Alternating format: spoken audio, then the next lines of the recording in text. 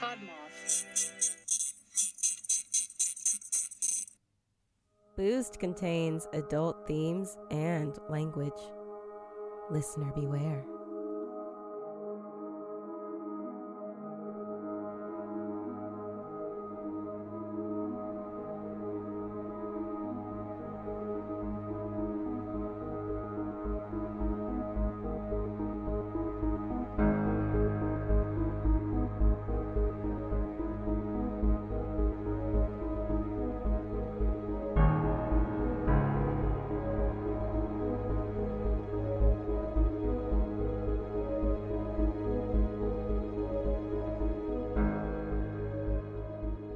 Hello, and welcome to Boosed, where we get supernatural and shit-faced.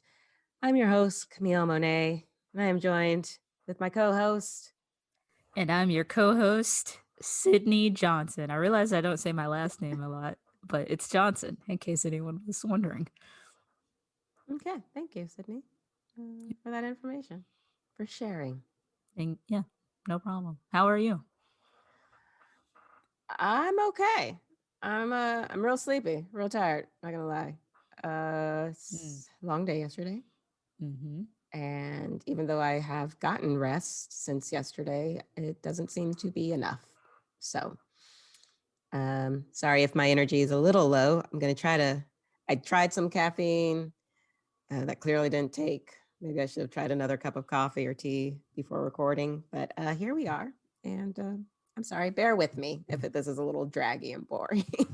Probably shouldn't say that at the top of the show. People just turn it right off. We're not doing so. Yeah. They're not going to turn it off. They're going to bear with you because when this comes out, it'll be your birthday. Oh, yeah. It is my birthday. Happy birthday to me. So everyone that's listening right now in the future, which is right now. Now is the future. Just go and wish the lovely wildfire Camille happy birthday. It's me, Camille.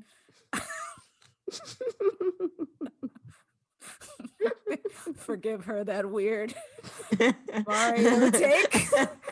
You should still wish her happy birthday. It's me, Camilio.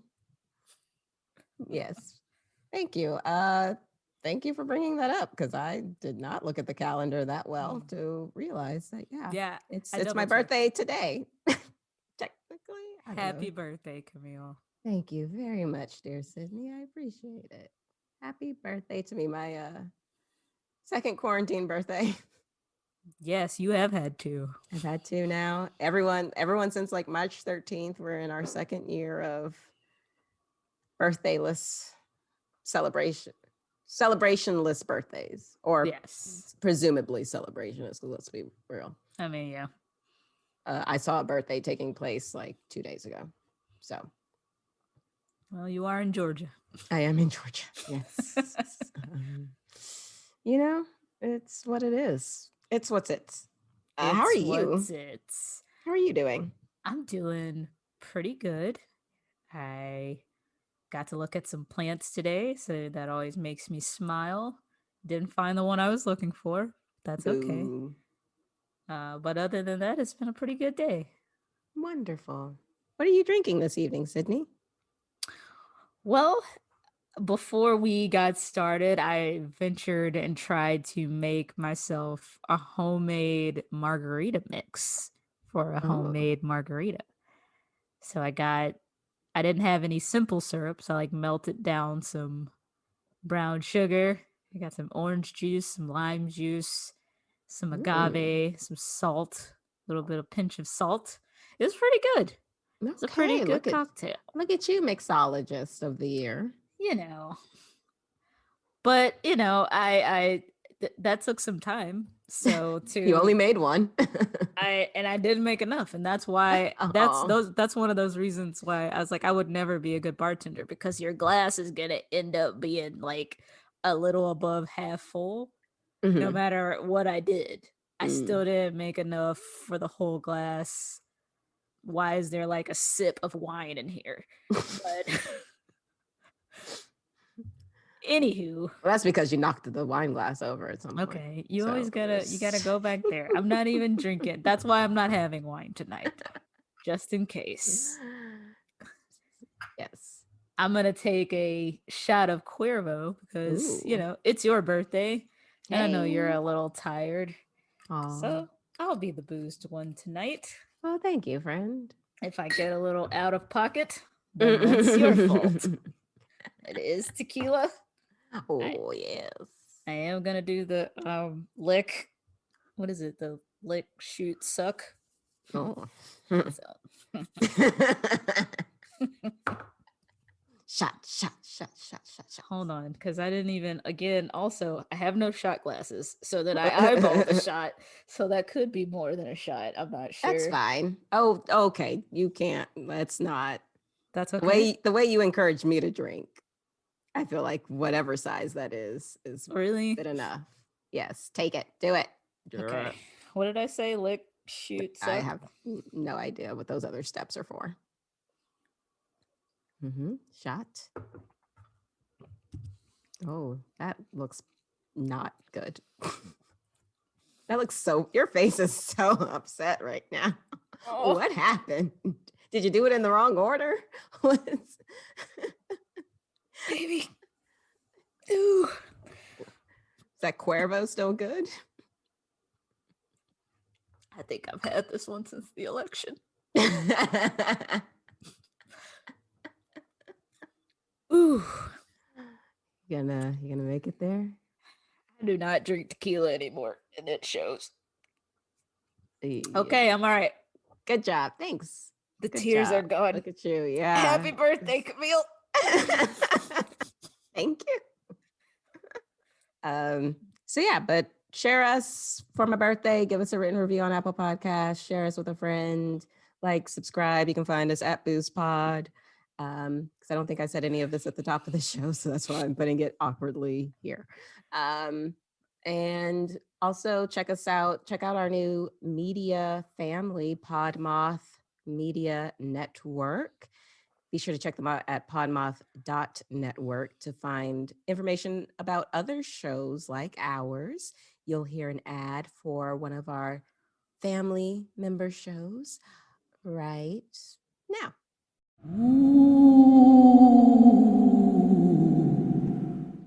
Today, we bask in the light of mustachioed greatness. Hi, this is Daniel Segura, host of the Mustachioed Podcastio. You like mustaches? You like movies? You like sexy Chinganos? Well, the Podcastio is the place for you. We are talking legendary mustaches from Charles Bronson to the Great Burt Reynolds to the OG Ice-T.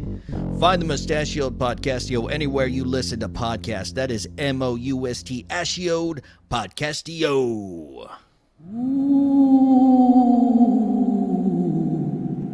Nice. So,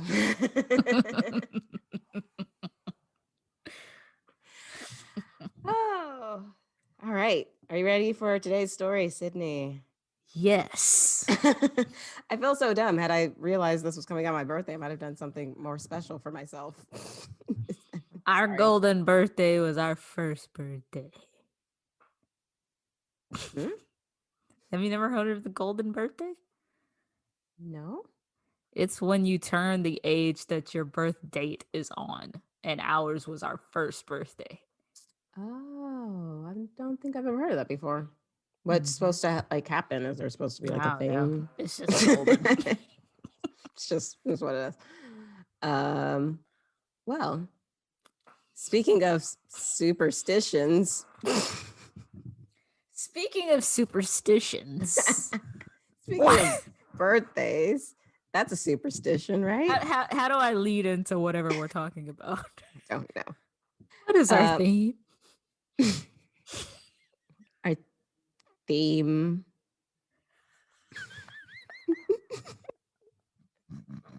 I should never drink tequila ever. Okay. I'm just laughing because the word theme struck me as funny for some reason. What is our theme? We don't have a theme. It's our topic. That's the word I meant to use. What's our topic? Why am I saying theme? Why didn't you correct me? That's why I'm laughing. The theme's always the same. You should have corrected me way earlier. What's our topic? That's why I said theme like that, because the dots weren't connecting, but I knew it was wrong. Okay, this is what happens when I'm sleepy. Well, This is why I didn't drunk. drink. Okay, well, now we're both, well, this episode is one for the books. What is the topic? Dear God. The theme. What is the theme topic? Our theme is supernatural stuff. And in that vein of our theme, today's topic is superstitions. Okay. Got it. All right. Camille. No, leave that in. Leave that part in. That's probably the funniest thing we've said so far.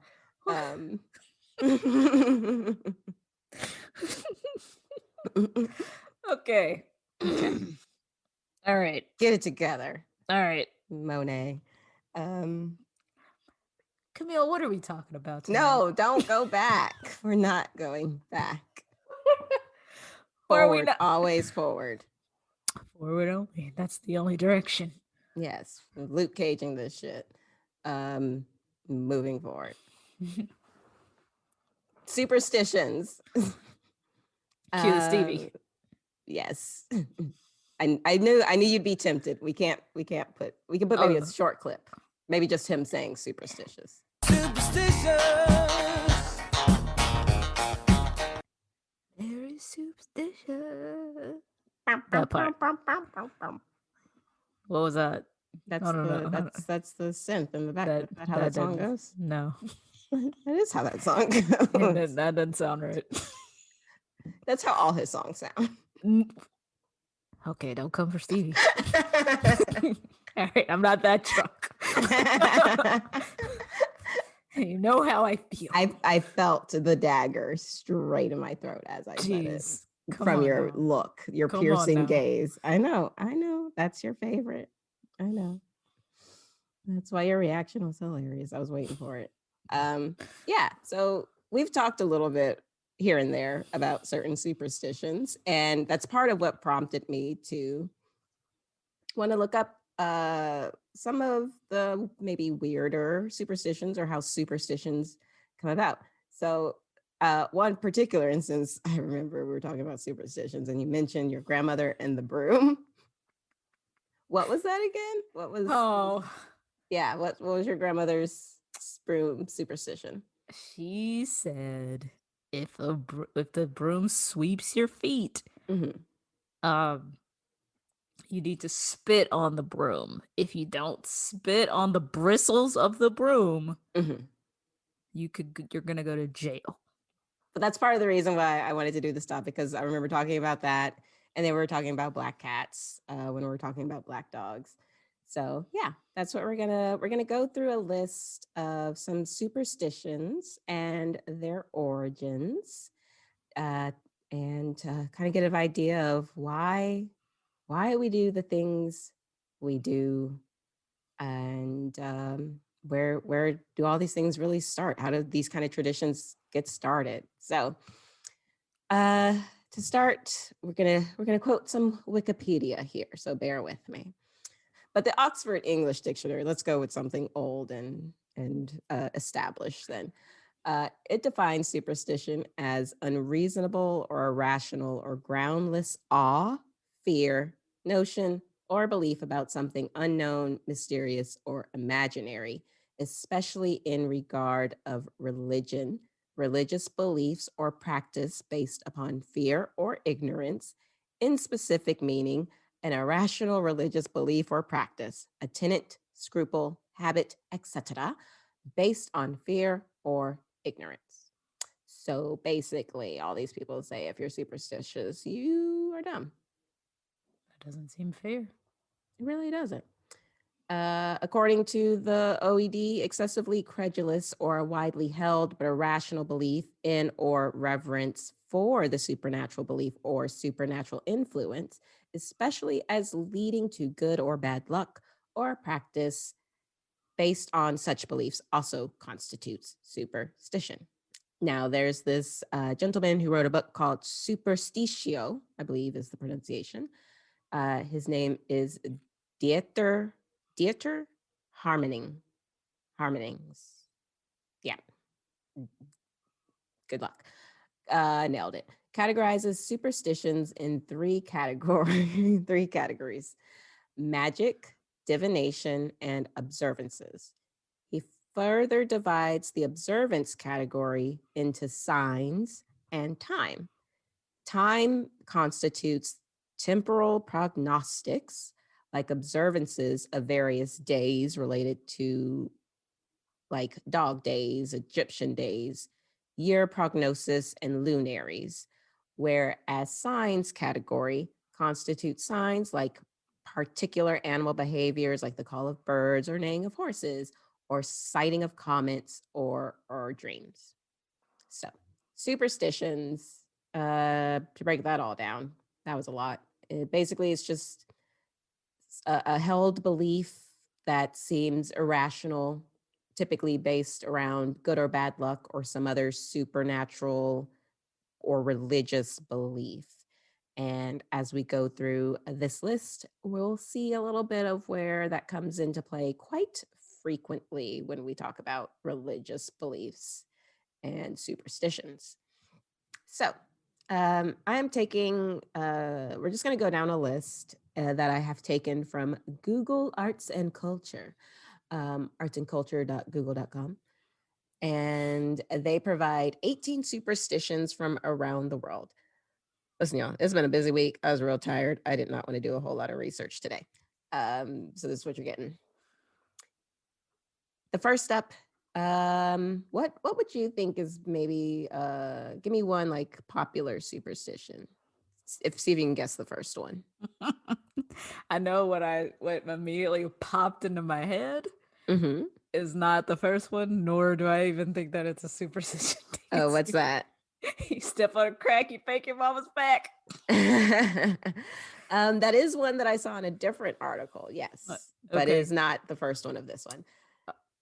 I think the most popular superstition is probably the one about is it the one about ladders? Good guess. Close. It's knocking on wood.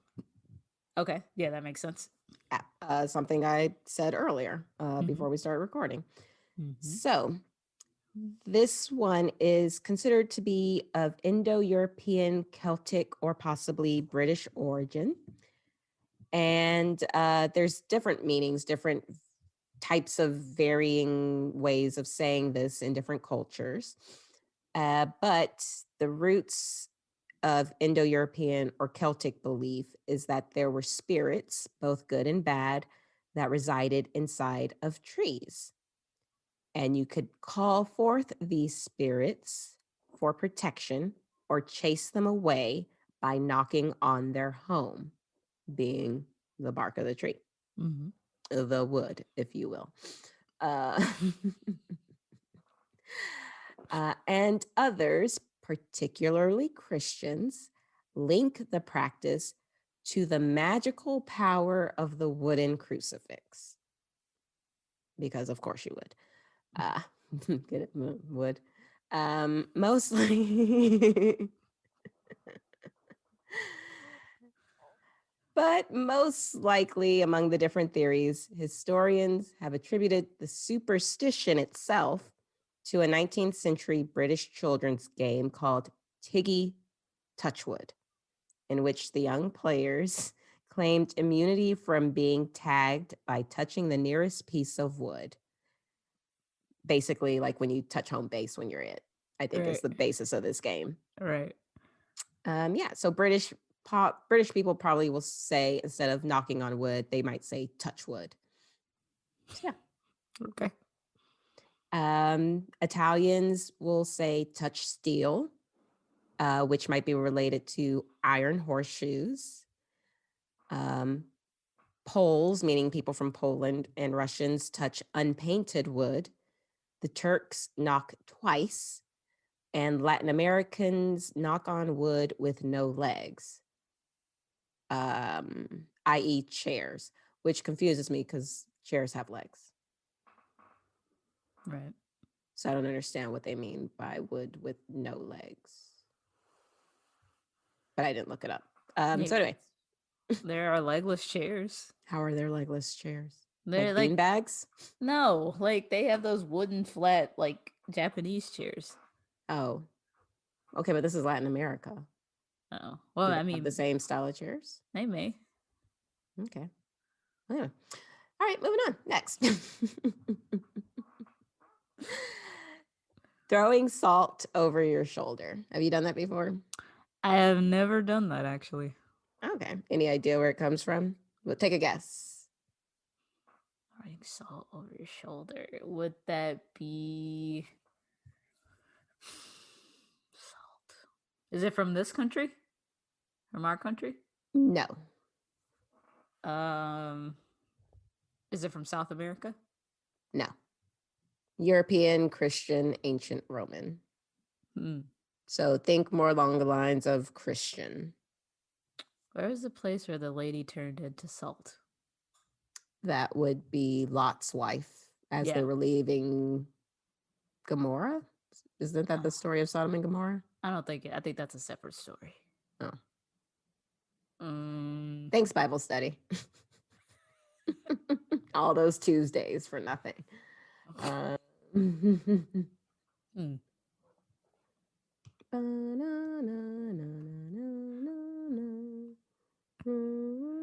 Just take a guess. Just wild guess.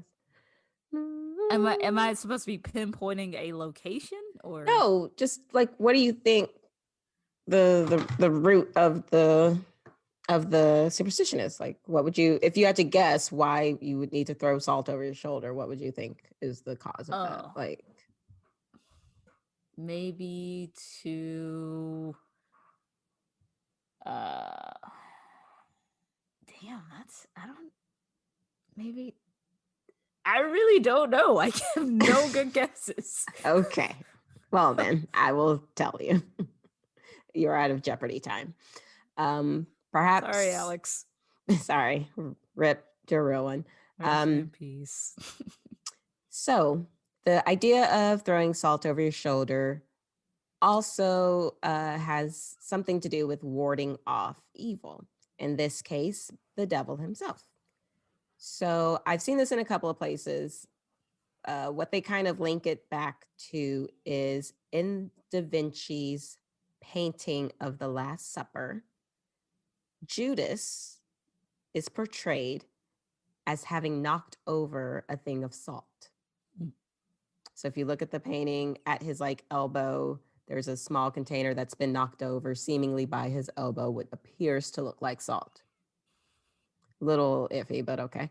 But since Judas was, of course, the one who betrayed Jesus, the argument goes that salt and throwing it over your shoulder is a way to blind the devil waiting for you and behind you.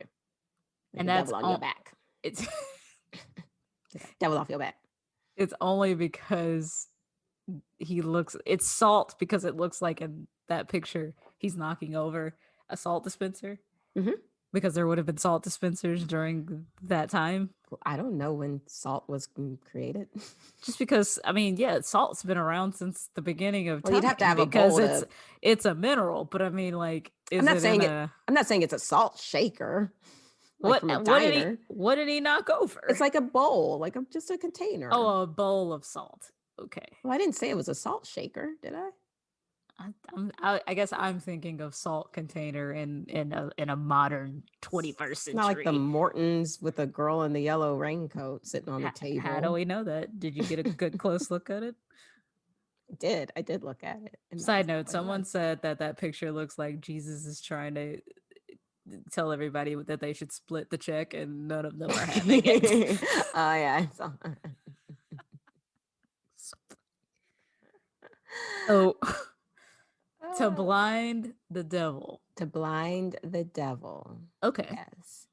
Now, why do you what has happened to make you throw the salt? That's the part I'm not clear on. Well, you spill it. When you spill salt, you're supposed to throw it over your shoulder. Have I ever spilled any salt? I don't think I have.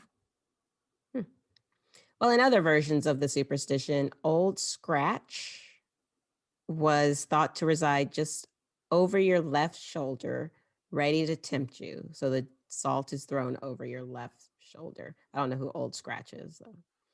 I assume some sort of devil or demon like character as well. Still others say that the sheer value of salt in ancient times led to the belief that spilling it was to incur bad fortune, thus requiring a corresponding ritual or act of penance to prevent worse loss from occurring. So you spilled the salt, and then what you should Right. do is Take a waste little more bit, salt. throw it over your shoulder to counteract what you, yeah. So maybe not the strongest of Okay. anti-curses. Mm-hmm. But also a fun fact about Da Vinci's Last Supper. Some people say that that is actually Mary Magdalene in the picture and not just the 12 male disciples. Anyway, there's a lot about Mary Magdalene that we've been misled on. She's a very interesting character. She is. Anyway, so on to what you mentioned, walking under a ladder. So walking under a ladder has its roots possibly in European Christian, possibly also Egyptian. And the superstition, as far as its Christian symbolism, this is a bit of a weird stretch, but I mean, Christians, come on. It's about the Holy Trinity. So you have the Father, the Son, and the Holy Spirit, right? It's a number 3. The number 3 is something sacred. A triangle has 3 sides. So when you lean a ladder against a wall, you're creating a triangle. Or if you have an A-frame ladder and you're putting it on the ground, you are still, again, creating a triangle. So the triangle, 3 sides, Holy Trinity. So when you walk under the ladder, you are thus destroying the sanctity of the Trinity and can thus incur a punishment. Therefore, you're not supposed to walk under a ladder. Okay. But does that imply that anything that creates a triangle, like being underneath it, you would then break that trinity? I mean, in theory, it would have to mean that, but I think if you go back to the Like if I fact do that this. oh, okay, you doing the YMCA over your head isn't the same. Hey. I don't think you using your arms to make a triangle for yourself to walk through counts. I feel like the fact is that if you're also taking into account that Christians associated wood with the cross, then that's where Okay. you have this connection back when all ladders were made of wood, obviously. Also, it's thought that the Egyptians thought that they might accidentally spot a god while either climbing or descending a ladder, and so they avoided it, which isn't necessarily the same thing as walking under it, but interesting little tidbit. It must have just been wild to be able to ascend higher. Like just the creation. Yeah, like just the creation of a ladder must have just really been that impactful. Yes. Did wonders for architecture, that's for sure. Well, yeah. That's for sure. So next, a broken mirror. That's what I thought was next. Oh yeah, I was seeing. Yeah. I was gonna ask, and I didn't. Do you have the belief of the breaking a mirror, you get 7 years bad luck? That's the 7 years bad luck one, the broken mirror. Okay. What did you think it was? I actually thought the ladder was the 7 years bad luck one. Oh no, it's the mirror. Again, I've never broken a mirror. So, but I would assume. Are you like afraid to break one though, is the thing? I don't I break a lot of glass. We know this. So I don't like the thought of it. No. And I'm sure I don't know how old this is, but it must be very unsettling to see that full image of you shatter. And then be looking at all these pieces of yourself. I can imagine that's easily something to be superstitious of. So okay. Well, you're not far off, really, actually. So, ancient Greek and Romans and possibly other European cultures had the belief that if your reflection to start, especially back then, was just something like not completely natural, it's a little uncanny, a little unnerving. Um, so the Greek myth of Narcissus also is the person who looks into the reflection so long that like doesn't he die? I forget what that myth is about, but Yeah, he's just someone looking who's constantly looking at his into the reflection in the lake, and lake, then he right? drowns. Um, and then you have the idea that mirrors can possibly like trap your soul, or people who are afraid of cameras trapping their soul, and cameras used to all have like mirrors in them. So to crack a mirror would somehow break a charm or potentially trap your soul. So ancient Romans, though, they kind of added that the broken mirror would bring the 7 years of bad luck, since it was believed that only poor health would cause a mirror to crack. And the number of 7 was seen by the Romans as the number of years required to complete a full life cycle of sickness and renewal. So, as a result, a broken mirror meant you were headed toward a death spiral that might take 7 years to pull yourself out of. You can, however, prevent the death spiral by taking the broken pieces of the mirror and burying them in the ground by moonlight. Okay, I hadn't heard that part. I feel like I had heard something about that somewhere about burying a mirror when you break it, but I didn't really ever think anything of it. It just seemed maybe, I think I heard something in passing once about that. But yeah, so that's where the broken mirror, and we were talking earlier about like your body's kind of like regenerative cycle is considered about 7 years. So it also takes 7 years for your credit report to drop some things off. So it's all. I don't like the number 7 personally. It's my least liked number. So Isn't that the number of completion? I hate the number 7. Everything bad seems to happen around 7 or multiple 7s in my life. That's how long it took to create the earth. Well, and look where that is today. Actually, it's 6 because he rested on the 7th. Yeah, well, we should have worked that 7th day. Maybe things would be better.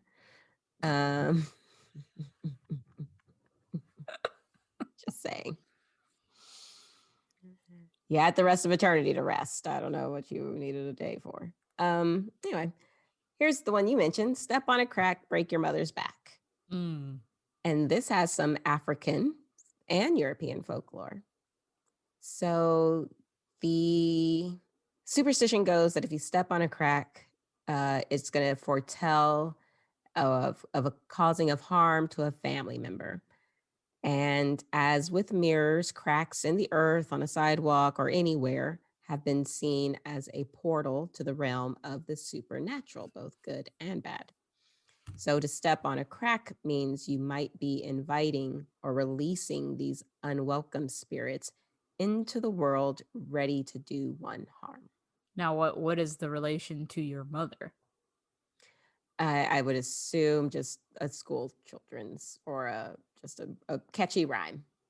You step on a crack, you break your mother's back, like a jump rope or clap game rhyme, or like how Ring Around the Rosie is about like children dying from the flu or something. When I think about it, it could have been like a chant, but specifically for like hopscotch, so that you land in the square. Oh, and not on a line. Yeah, that makes sense to me. Yeah. I like it. We'll go with that. All right. So how often do you pick up pennies from the ground? Do you Never. believe picking up? No, that was very emphatic.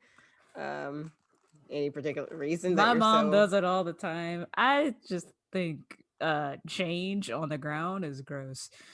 Okay. I mean, if it's a penny, not like if it was a quarter. Oh, so the value matters. It's still gross, but like at least I can use this. Yeah, no, I don't pick up pennies at all. Gotcha. I once found $20 on the ground. That was a good day. I mean, yeah, I'm gonna pick up some folding cash.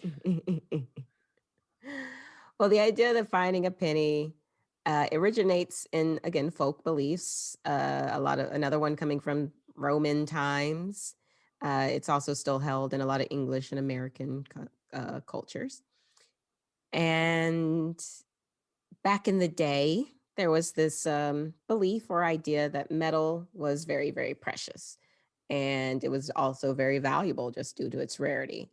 And it was believed that metal was kind of sent by the gods to protect those whom they favored.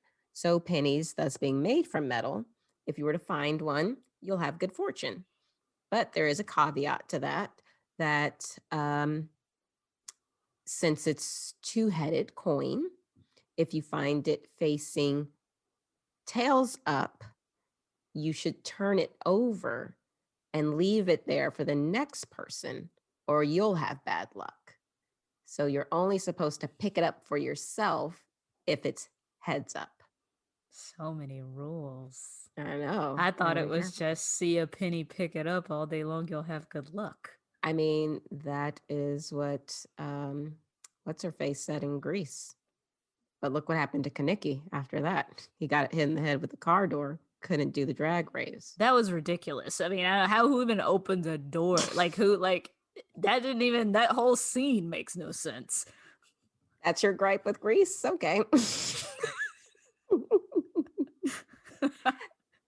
That scene does make sense. The guy's inside, and then Kaneki like leans over, like tie his shoe or something. Why are you bending over right in front of the car door? Because he didn't expect the car door to swing open and hit him. He's about to get in the car. They didn't even take him to the hospital. He had a concussion. That's why he couldn't drive. Well, it's okay. He probably would have lost. That's why Danny needed to drive anyway. And then what would have been the point of Sandy being there, and then wanting to whore herself up to win his love? She did not whore herself up. She put on a little leather. Very tight leather. He also put the Letterman jacket on. So, hey, compromises. I know, that was so cute. Was it? If it wasn't for all like the, sexual assault and rape in that movie, it'd be a lot cuter. Well, it was the 50s. Made in the 80s. About the 50s. Right.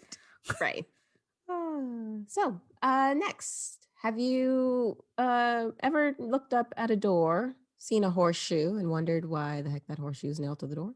Not at your door. Don't look at your door. You don't have a horseshoe. Did you expect the horseshoe to be there? Yeah. Like, has there been a horseshoe somewhere that I just didn't ever notice? In my home? Is it in the wood?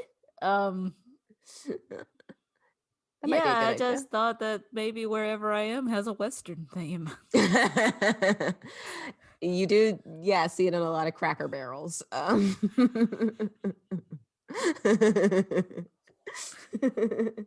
A lot of Longhorn steakhouses. Sorry. Well, it's true. It's true, yeah. But a lucky horseshoe actually has some, again, ancient Roman, Celtic, British, and European roots, not all Western cowboy shit. So a horseshoe is considered to be lucky. And so the earliest, or this is going to sound a little weird, some of the earliest origins of the horseshoe's good luck charm resides in the fact that it seems to be shaped like a vulva when upside down. I need no further explanation. I'm here for it. Done. Moving on. Next. Lucky. No, we're not going to explain anything else. And for some reason, this was it upside down was like invoking the moon goddess Diana and her sacred vulva. Invoking the vulvas. It's my new band name. It's my all-girl punk group. The invoked vulvas. Invoking the vulvas, yes. So again, with pennies, since metal was again valuable to ancient cultures, it's also iron in particular was thought to be able to ward off evil. And didn't we do a story about iron? Wasn't it used to like a certain metal was used to kill that like creature, the black dog? Like Oh weren't you supposed to yeah. have an iron nail or something? Yeah. So also Romans found the number 7 to have meaning and sometimes be lucky, and horseshoes frequently feature 7 holes for the nails. Now, a little bit of a backstory to this.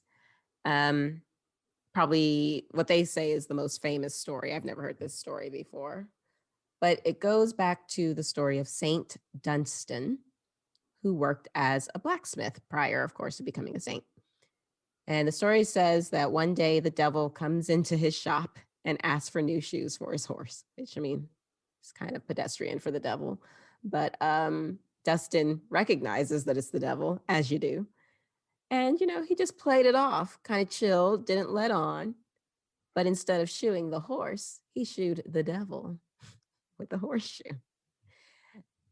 And so he caused the devil great agony and pain. And the devil then agreed to never enter a house with a horseshoe nailed above the door if Dunstan would then just remove the horseshoe from his foot. Who is this guy again? Saint Dunstan? Like Dunstan's Day. Like Dunstan checks in? Dunstan checks in. Yeah, that's what I was going for. Dunstan's Day Out, or it was Baby's Day Out. That's what that movie was. That Yeah, was a good Dunstan movie. checks in.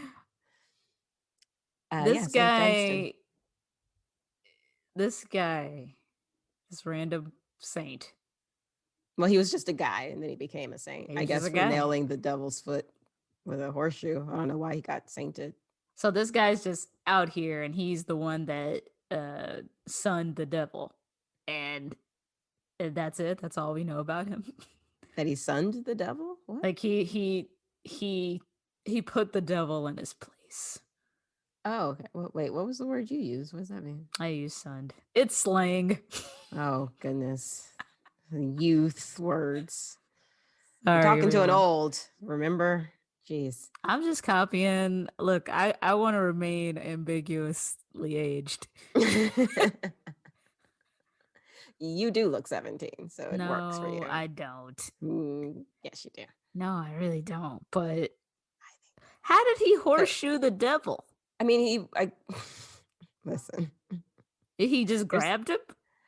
I assume maybe the devil didn't leave his horse. Like he stayed on the horse while the guy was trying to shoe it, which wouldn't make any sense. That seems And then dangerous. the devil would be like, wait, what are you doing why are you doing this to me? There's a lot of holes in this story. So many. But that's the story. So okay. And so the devil, we're acting like this is the wildest thing Christians have ever come up with. You're right. And so the devil himself vows to never enter another space with a horseshoe on the door. Nailed above the door. Okay. Yes. And so that's why you're supposed to hang a horseshoe over your door. So the devil out. The devil's horse never got any new shoes again. He was like, screw it, I'll walk from then on. Yeah, I know there's also, I don't know what other, this might come from a different culture, but I know there's a thing about like the horseshoe should be upright though, instead of upside down, because upside down is spilling the luck out of the horseshoe, where right side up is keeping the luck in. So positioning also seems to be of importance in certain cultures. Interesting. Yes. I assume that this could only lead us to a lucky rabbit's foot. Surprisingly, I did not get into that one, no. And it's not on this list. I got some others from another list, but for this, they didn't go into lucky rabbit's feet on this particular instance, but maybe we can look into it a little later. Okay. All right. So much like the number 7 for the Romans, magical significance has been attached to the number 13. Yes. However, 13 is unlucky. So part of the reason surrounding the Friday the 13th superstition, or just unlucky number 13, is because once again, Judas was the 13th member to show up to dinner late because he was doing deals with the devil. Yeah. And exactly. So he was the 13th member of the party. And on Friday the 13th of October, 1307, King Philip the Fourth, if I'm remembering my Roman numerals correctly, of France, arrested and put to death hundreds of the Templar Knights.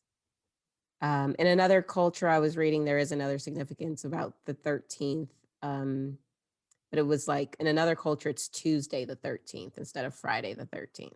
And it's Tuesday? considered unlucky to have your wedding on a Tuesday as well. Yeah. That seems like a really good day for a wedding. I mean, the rates are cheaper if you do it during the week as Mhm. opposed to the weekend. What But other culture than is that it's did you find out which one it was?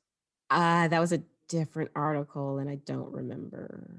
I'm sorry. This is a real slapshot episode, y'all. No. Find out and email us. How about that?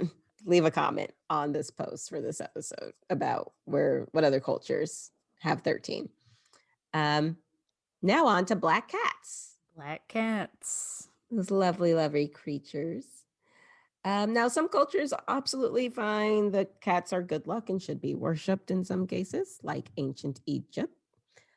But around the Dark Ages, Pope Gregory the Ninth declared, wait, that's not the ninth. What's the 1 and an X in Roman numerals?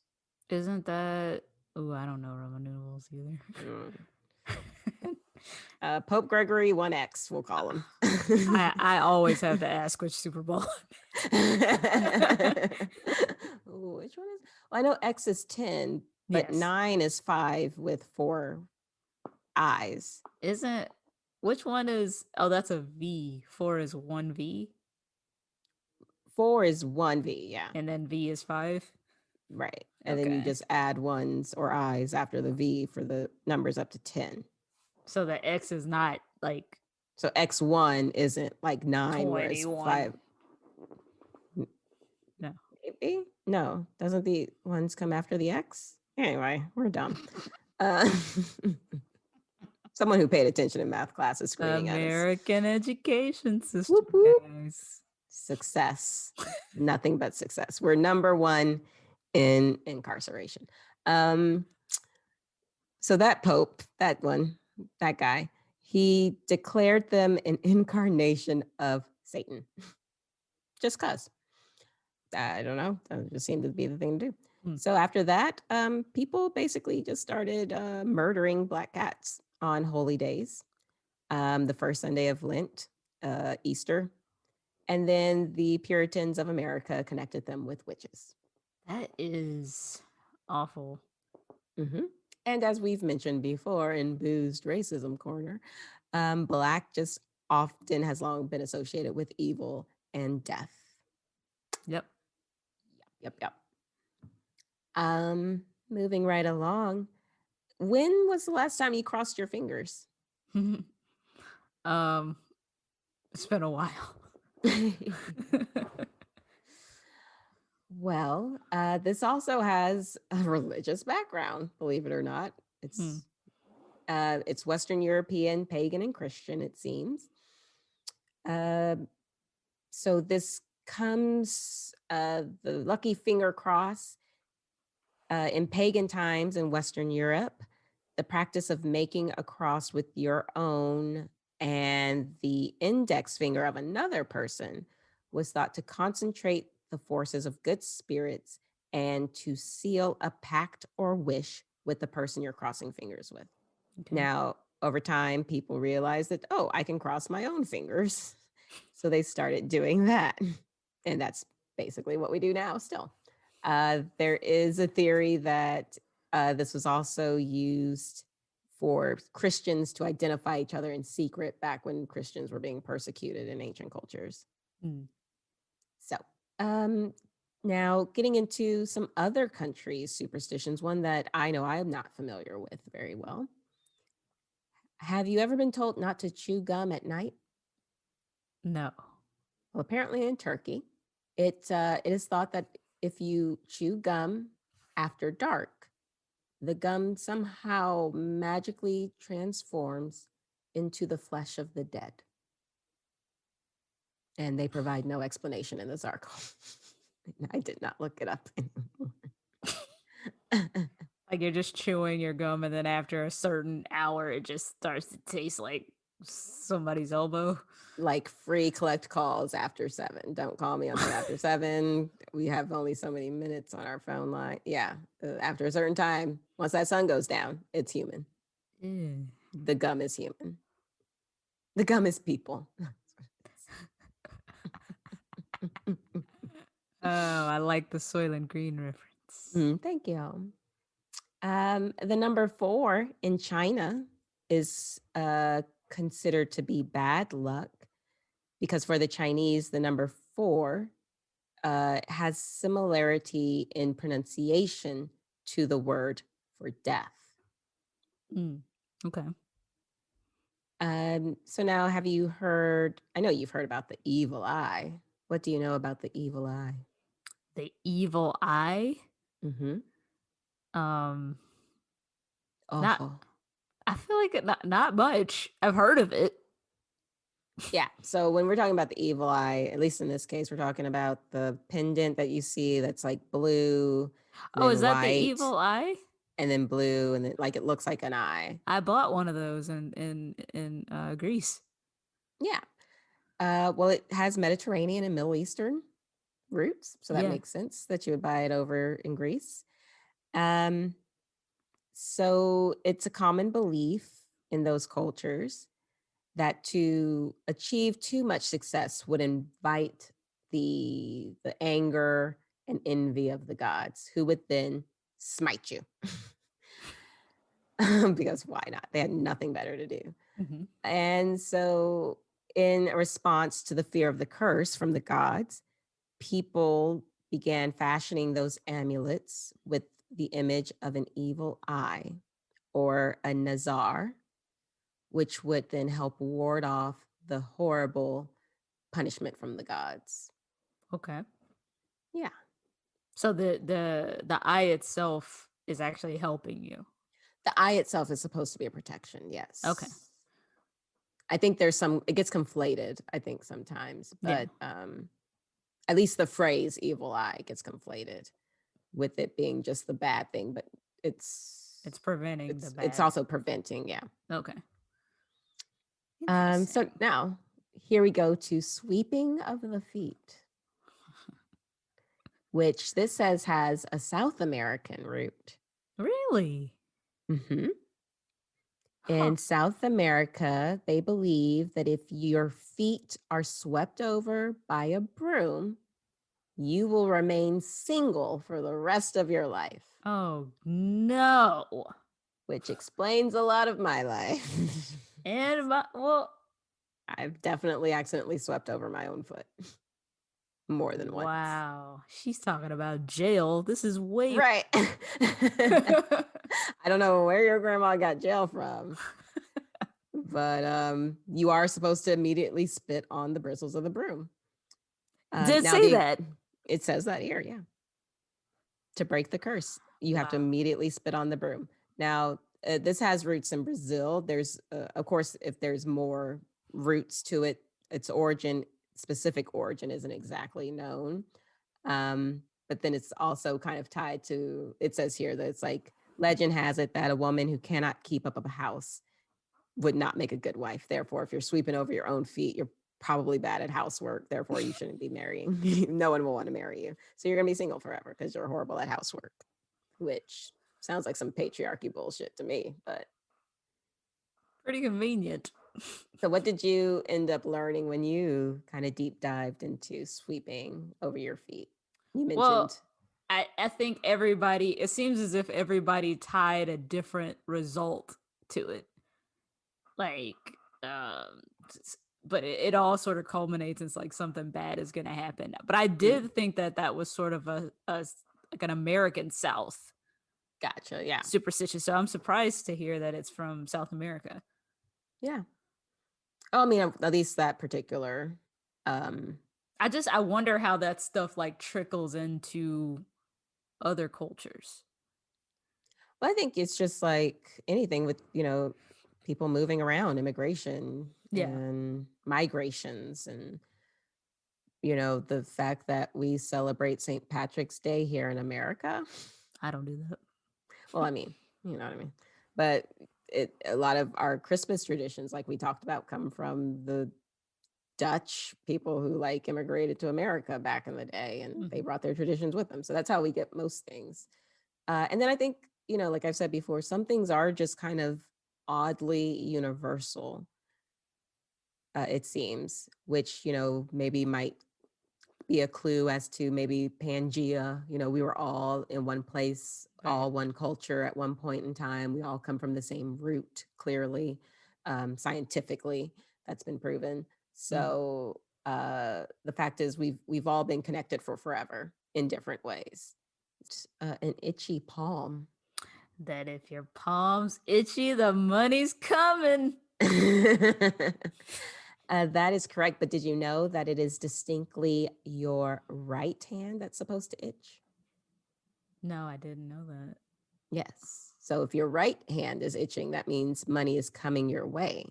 If your left palm is itching, that means you're going to owe somebody some money The very money's soon. leaving. It's leaving. Yes. And it just seems to be some sort of symbolic how the money, how your body and energy flows from left to right. Interesting. Yeah. Is that the only money related one? Other than like the picking up a penny, that's one of the oldest like ones specifically related to money that I found. Yes. I'll throw one in for honorable mention and say that older, I don't know about other cultures, but I know older Black women do not like for you to put their purse on the ground. Oh, yes, I lied. I do have that in my notes. Yes. Okay. Go ahead. You take it. I mean, just like it's another losing money factor. Your money is low. It's low to the ground. So you're going to lose it. Yeah. And it's not just apparently Black Southern women, although, my mom has also yelled at me for putting her purse on the ground. Yeah. But I have heard both, one, like it's getting dirty, but also it's a losing money situation. But it's also has some roots in Brazil and South American countries and Philippines. So yeah, it's in China also, people use the phrase that translates to a purse on the floor is money out the door. It's a warning about not valuing your wealth. Yeah. So like you mentioned, the ground is the lowest point and you're putting your money at the lowest point. That means you don't care about it. You're being careless. You're being disrespectful. So you're going to lose your money. Yes. Yeah. Okay. Good job. Good one. Back to the number 13. I think I found what I was talking about earlier. Maybe I did make a note about it. Not only was Judas late, the 13th, but it's also said that Loki, the trickster god of Norse mythology, introduced the world to chaos when he arrived as the 13th guest at a divine dinner party and tricked a fellow guest into shooting the god of joy with an arrow. That Loki. But I also find it like it's very peculiar that it's a 13th person coming to 13th a guest. dinner party. Yeah, coming to a dinner party specifically. So and causing trouble. Having a dinner party where you're inviting 13 people is probably not a good idea. Someone's going to die. Someone is going to die. Yeah, so there's 13, some people have like a fear of the number 13. It's triskaidekaphobia, I think is the right way you pronounce that. It's a number, fear of Friday the 13th, or the number 13th, and then for fear of Friday the 13th specifically is a very long word that I'm going to butcher now. Paraskevidicatriophobia. Paraskevidicatriophobia. Nailed it. I feel like It's feel like what? no, go on. I'm I sorry. don't know. What were you gonna say? I believed you the first time, and then it just got crazy. And then it got worse. So it's basically a combination of the Greek word paraskevi, meaning Friday, and decatrice, meaning 13. Okay. So paraskevi decatriphobia. Triophobia. I don't know. It's like a 14-letter word. It's very long. But talking about Tuesday the 13th, that's in Hispanic and Greek culture. So that's the day of bad luck. It's dominated by the influence of the god Aries. Shout out to Aries. Aries season. Whoop, whoop. Don't roll your eyes at me. The fall of Constantinople to the Fourth Crusade was said to have occurred on Tuesday, April the 13th, 1204. And so, yeah, they just kind of figured it was bad luck after that. Okay. I think we talked a little bit about this. I know I'm someone who doesn't, there's some superstitions that I adhere to. There's others, I mean, and I don't even think they're necessarily superstitions, but clearly they are. And then there's other ones like, this is just ridiculous. One of the ones I think is rather ridiculous is opening an umbrella inside. Do you do that? I don't, only because like why would I? But if one opens up, then I just close it. Well, it's believed that since back in the day, umbrellas were fashioned out of papyrus and peacock feathers back in the Egypt goddess days.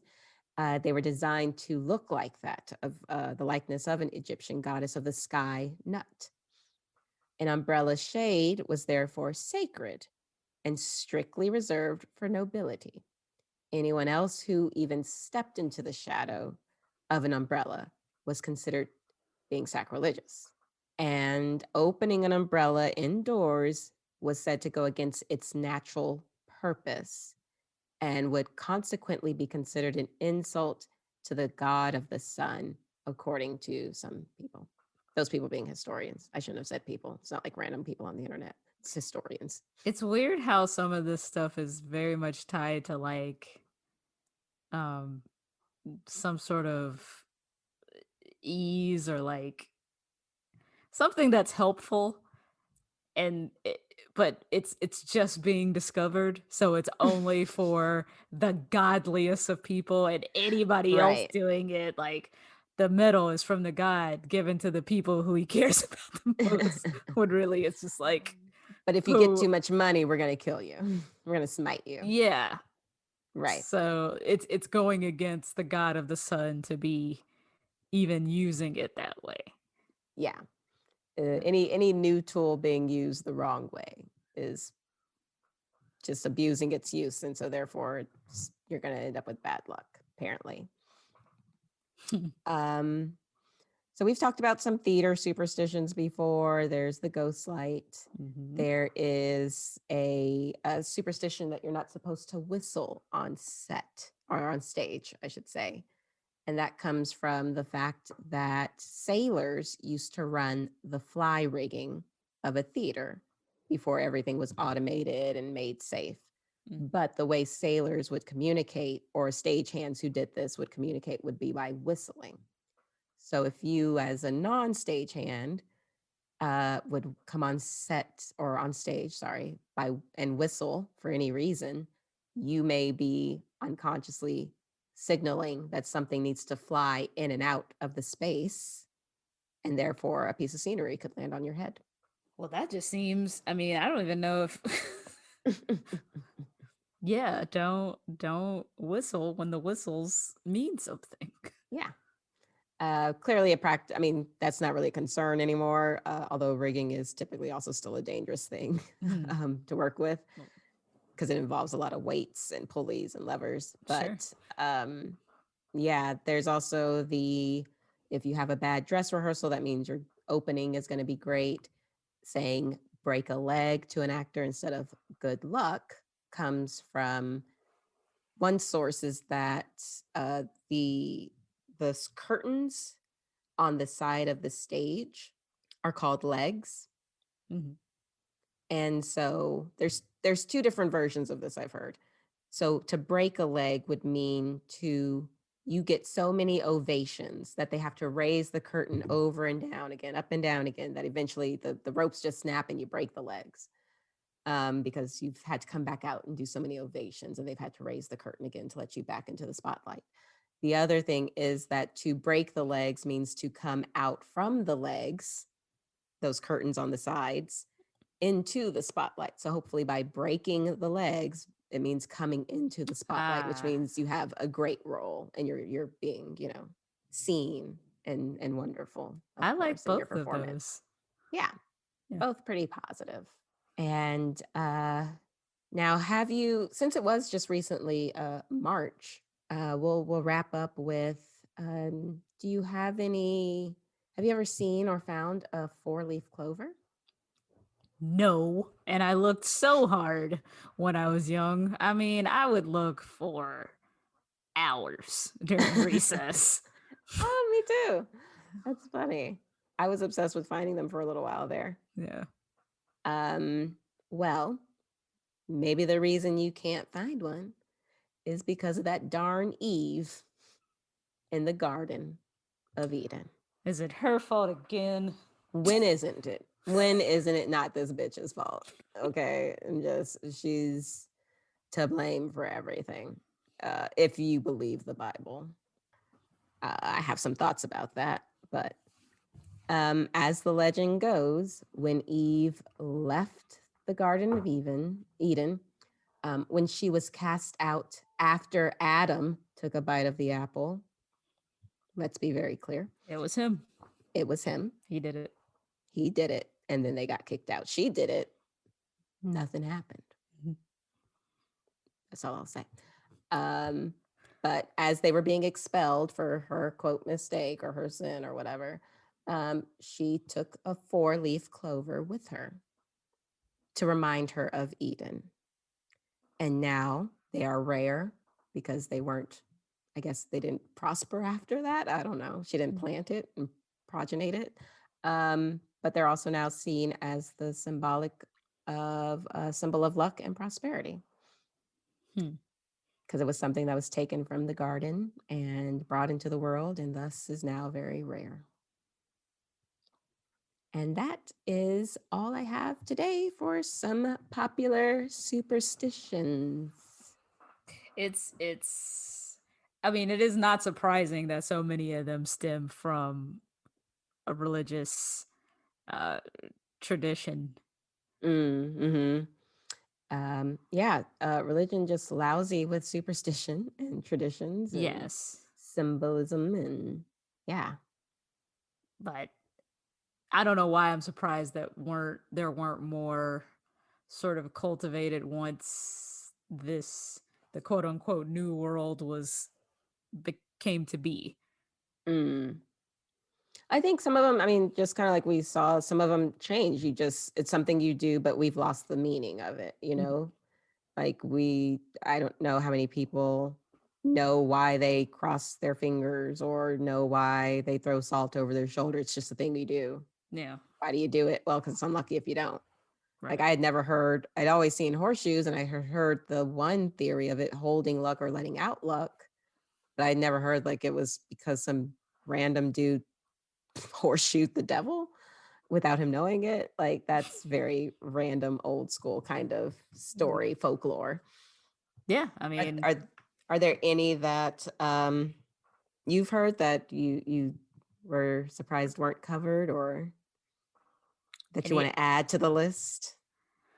let me think here. I mean, you pretty much covered besides the rabbit's foot. Um, Mm. you pretty much covered all of the like the main ones that I know of, and like a few I had not heard of at all. Like that gum one is very unsettling. Yeah, that might be some individual I'm kind of glad research that to one look didn't up make it that over one. here. I feel like that would have put the gum industry in a tizzy. Oh, goodness.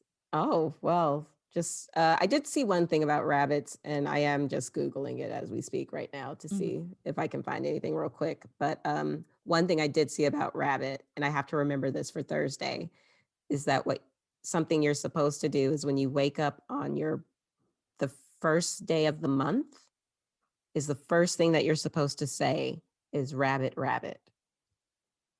And it's supposed to give Rabbit, you good luck for rabbit. the month. Yeah, you just say rabbit, rabbit. Huh. That just reminded me of like I guess this would, I mean, technically this feels like it's a superstition, but like eating black eyed peas and greens on New Year's Day. Hmm. I don't know exactly where that stems from.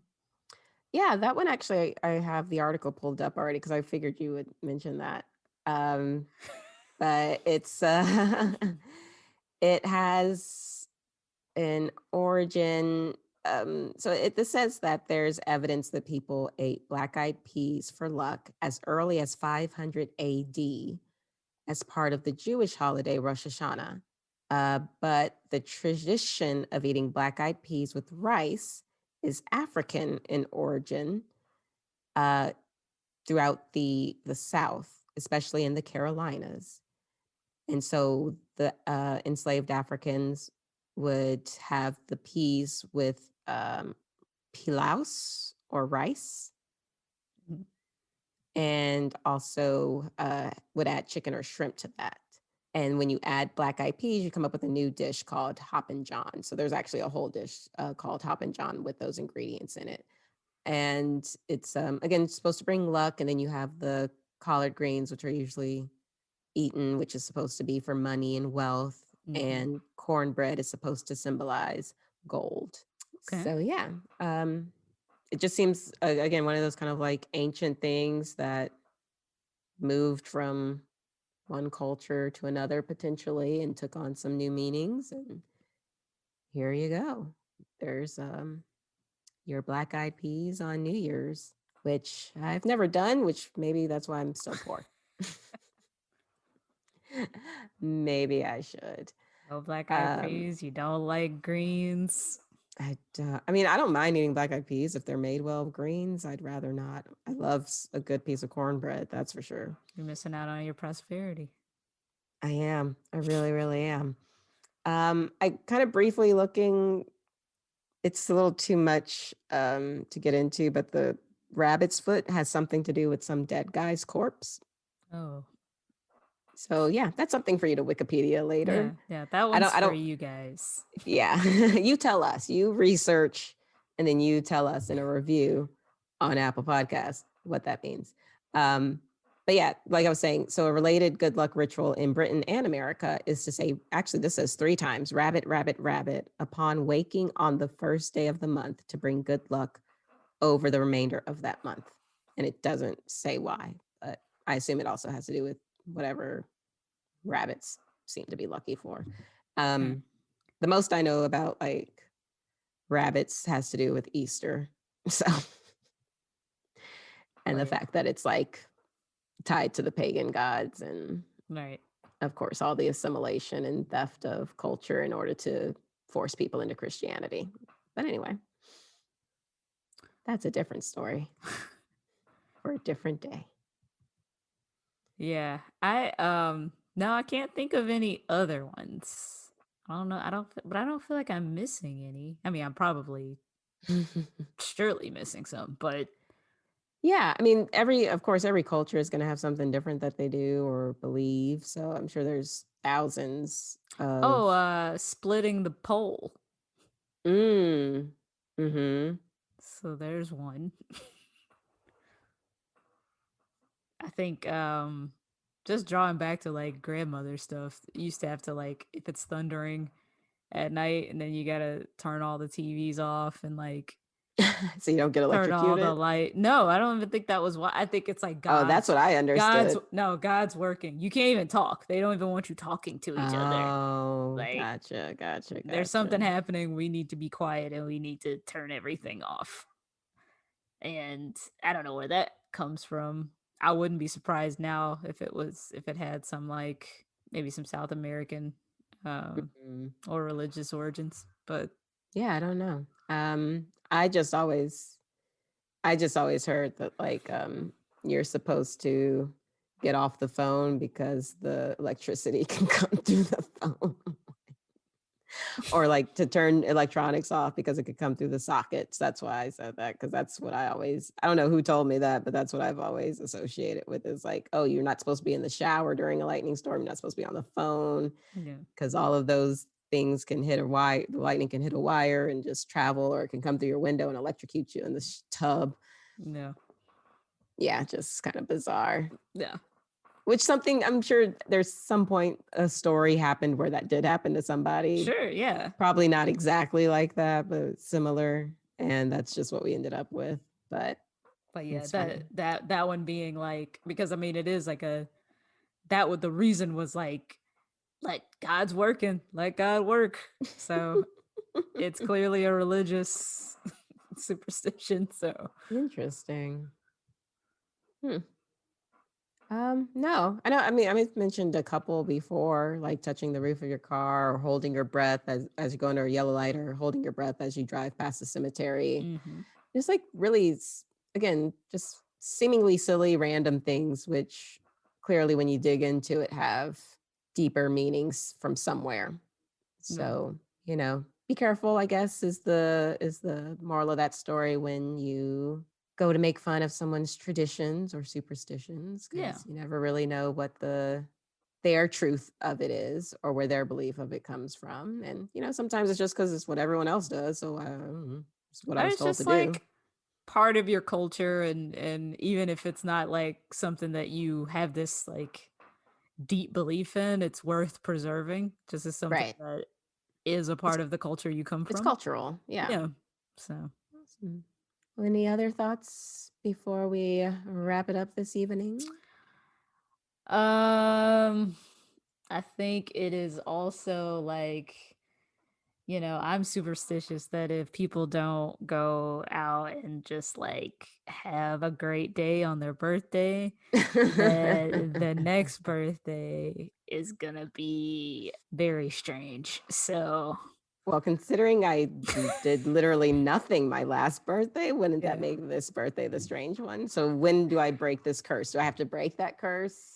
But if I go out, will something strange happen to Yeah, me? So maybe I should stay in you again? cancel out the strange if you go have some sushi at an exotic Mhm. sushi bar Mhm. and just go do some sightseeing. Mhm. Mhm. But if you don't do those specific things, Right. Then I'll have a horrible, horrible time yeah, for next year. yeah, Okay. I'll keep that superstition in mind that yeah, I've just heard about today. it's real. I believe you. I'm not going to question you. I'm just going to say okay and do my best to adhere to the rules of this cultural tradition, superstition. hmm Hmm. Yeah. Sounds good. All right. Well, Sydney, where can the people find you on the internets? The people can find me, as always, on Twitter and on Instagram at Sid and Play, SYD underscore the letter N underscore PLAY. Yes, Sit and Play as in kid and play if you're old. Yes. If you're an old like me today, officially. Um, woohoo! Late 30s. Yay. Well, I guess mid to late 30s. I guess Mid, I'm still in mid. solid mid. I'm still solid mid.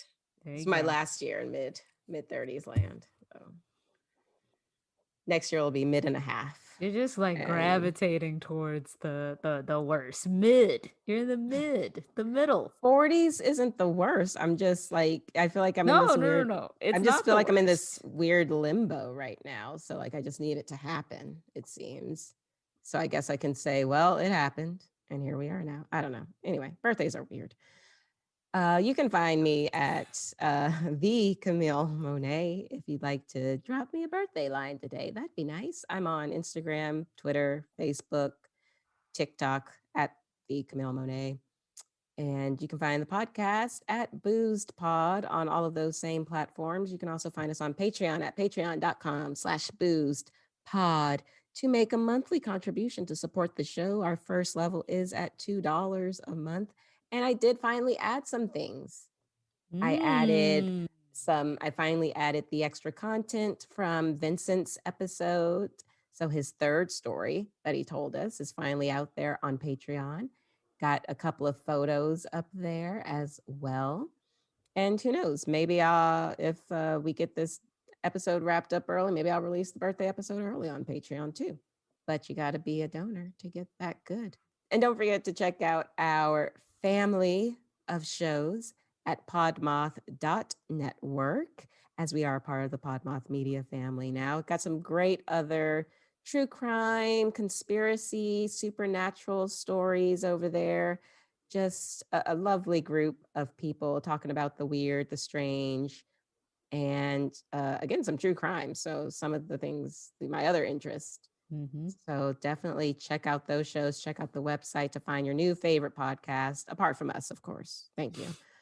But anyway, and you can also find us at boozepod.com. You can find links to our merchandise store. There is still merchandise out there. Maybe I'll update it soon. Who knows? But you can get your brown liquor lady mugs still, which are very popular with the fellas.